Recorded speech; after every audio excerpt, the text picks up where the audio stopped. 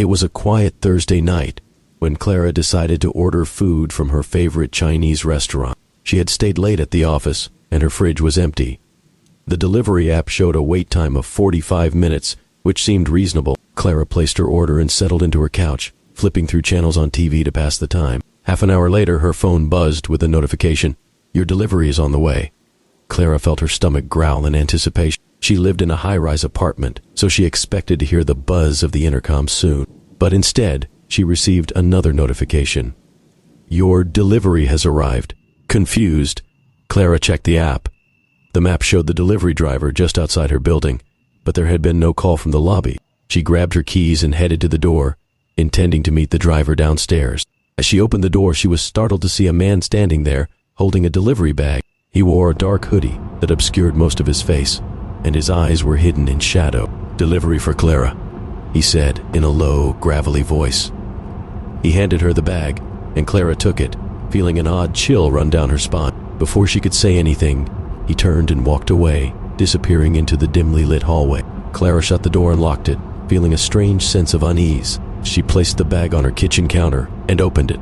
The smell was delicious, but there was something off. She found a small note inside the bag that read, "Enjoy your meal."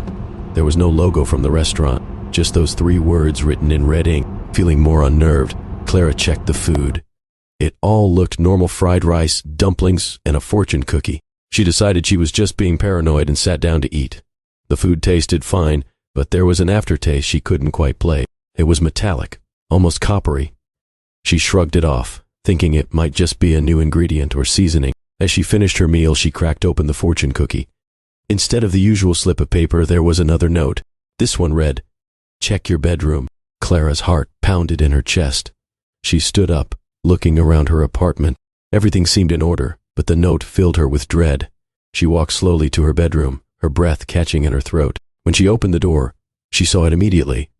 There, on her bed, was a dark red stain spreading across the white sheets. The metallic smell was stronger here, and Clara's stomach turned as she realized what it was: blood. Panicking, she backed out of the room and grabbed her phone to call the police.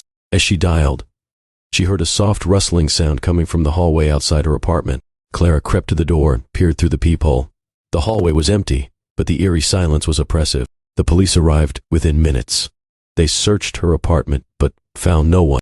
The blood on her bed was real, but there was no sign of where it came from. The officers took her statement and promised to investigate, but Clara could see the doubt in their eyes. That night she couldn't sleep. She lay on her couch, staring at the ceiling, every sound making her jump. At around 3 a.m., her phone buzzed with a notification. "Thank you for using our delivery service.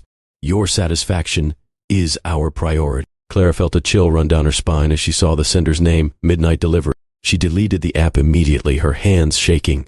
She didn't sleep at all that night, and the next morning she found herself questioning if any of it had been real. But the bloodstains on her sheets were a grim reminder that it had been.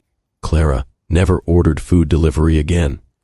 She moved out of her apartment and tried to forget the incident, but sometimes late at night, she could swear she heard a soft knock on her door and the rustling of someone slipping away into the darkness.